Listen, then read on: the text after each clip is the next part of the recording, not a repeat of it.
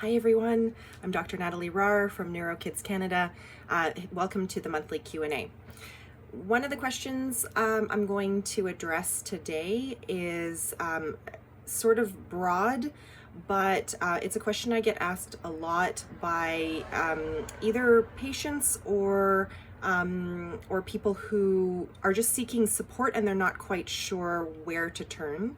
This question is, how do I know that my child who is neurodivergent, how do I know that they could benefit from or that I should seek out biomedical support, specifically biomedical? So there's holistic support, right, where of course you're helping to support your child in all the ways possible. The therapies, nutrients, supportive things, just to help them be who they are. Biomedical sometimes is not reserved for, but it seems to be more urgent for families where they actually see their child is not just neurodivergent. That alone doesn't mean you need some kind of treatment, right? But more if they feel, you know what, there's illness underlying this and my child's actually suffering. So that's essentially an answer or part of the answer to that question. How do you know it's time to seek out biomedical support if you haven't already, if you're not already doing that just for maintenance and optimizing your child's health, whether they're neurodivergent or not, really? And that's true for ourselves, things that we might do for ourselves as well, of course. But some signs of the suffering, the true potential illness or health factors, physiological factors that could be contributing to this child's challenges. And yes, every child's going to have some challenges along the way. This is typical of growing up, right?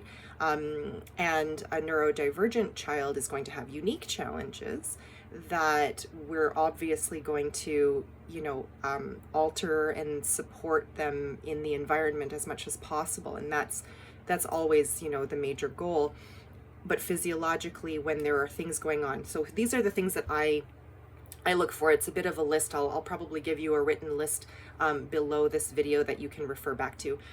Some of the major ones. I'm going to give you a short list because it can be a long list. I might listen to a family and go, oh yeah, that's actually a sign that this might be going on under the surface without us realizing that it seems so benign, but oh, there might be a true deficiency there that, if left unchecked, could down the road pose some problems, even if it's not posing problems right now. So anyway, the list, number one, I would say meltdowns.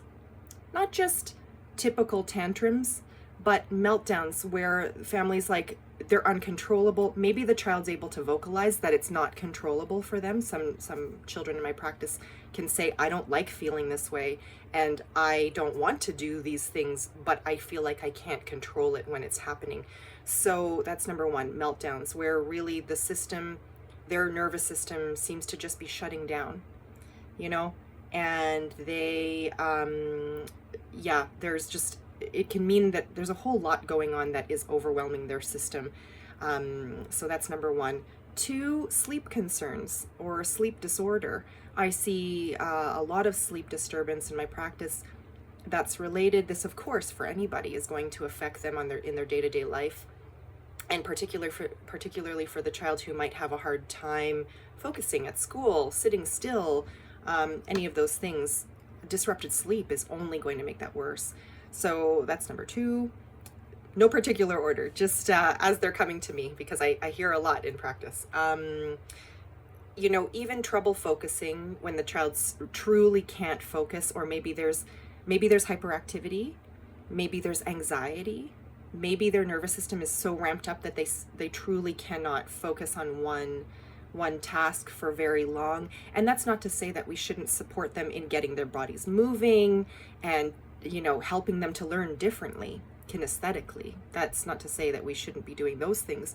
But if you some parents will say, I can see my child is just truly not there. They're not necessarily able to engage, and that can create sort of a fallout of other effects in their lives. So really, we're talking quality of life, right? Okay, and then some big ones. constipation or skipping bowel movement. So constipation, of course, if you're having a hard time passing a bowel movement, but if you're also skipping days, weeks even, I hear anything in the range from daily pooping that's really hard or easy to pass, but sometimes really hard, small pellets, to once a month. And we want, just in case you don't already know this, as much as possible, once a day at least, easy to pass, well formed, not a lot of gas and bloating, obviously. But I will also say that sometimes digestive things they can actually be a little bit invisible.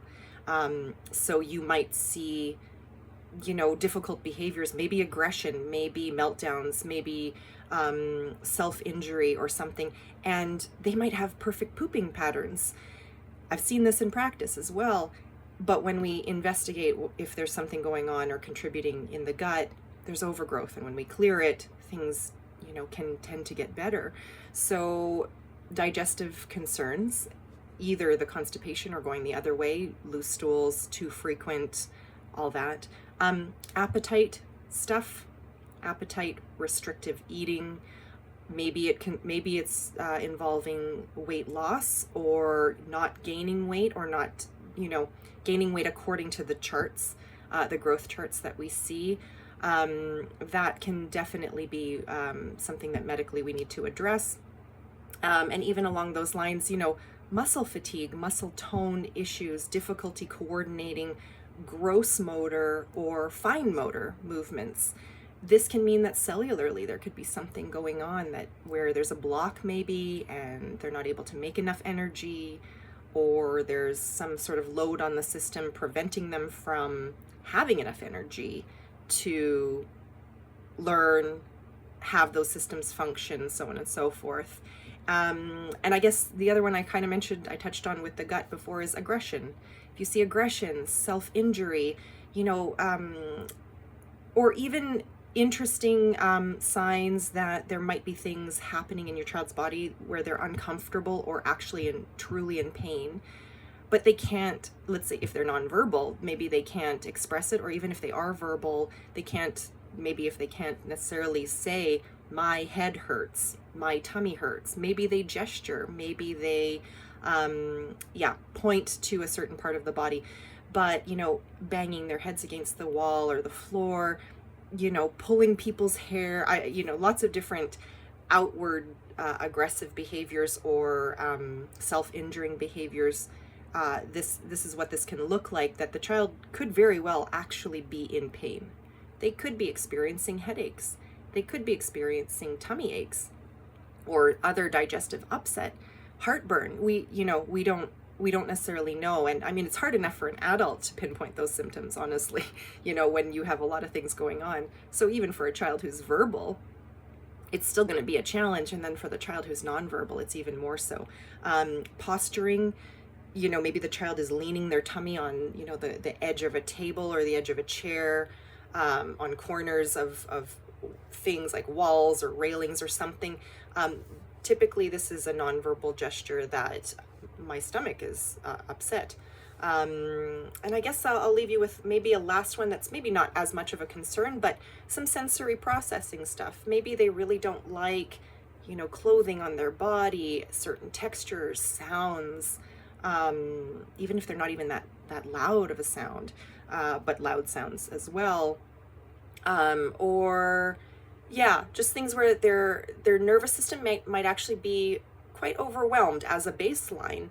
And that is a clue that there's stuff going on underneath that we could help the body to settle, so that, they're not expending all that energy just being in the world, And then I guess, other last ones that I'll mention, there can be anxiety, depression, overwhelm, many different mood things, or, low moods, masking, things that, tell us, again, nervous system might be overactivated, maybe they're overwhelmed, maybe there's something we can support them with. So that's the sort of short, long list of things that might answer that question for you. When do I know I really could use, or my child really could use, biomedical support? So more kind of medical support, even if you're doing all the good therapies like occupational or physio or speech and language or all these things.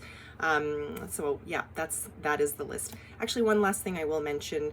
I didn't say language development here because it is one of the things that's it's a very common thing that parents do come to me for. I didn't mean to leave this off the list, actually, but this is something. Language, of course, is something that can come later, and there may be a language developmental delay.